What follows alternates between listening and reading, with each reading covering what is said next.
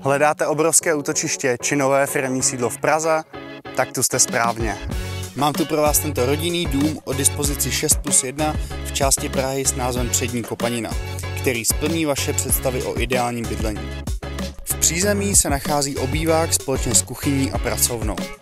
Kolem domu je udržovaná zahrada, kde se rozhodně nudit nebudete. Ve vrchním patře najdete 5 pokojů, které můžete využít podle svých představ.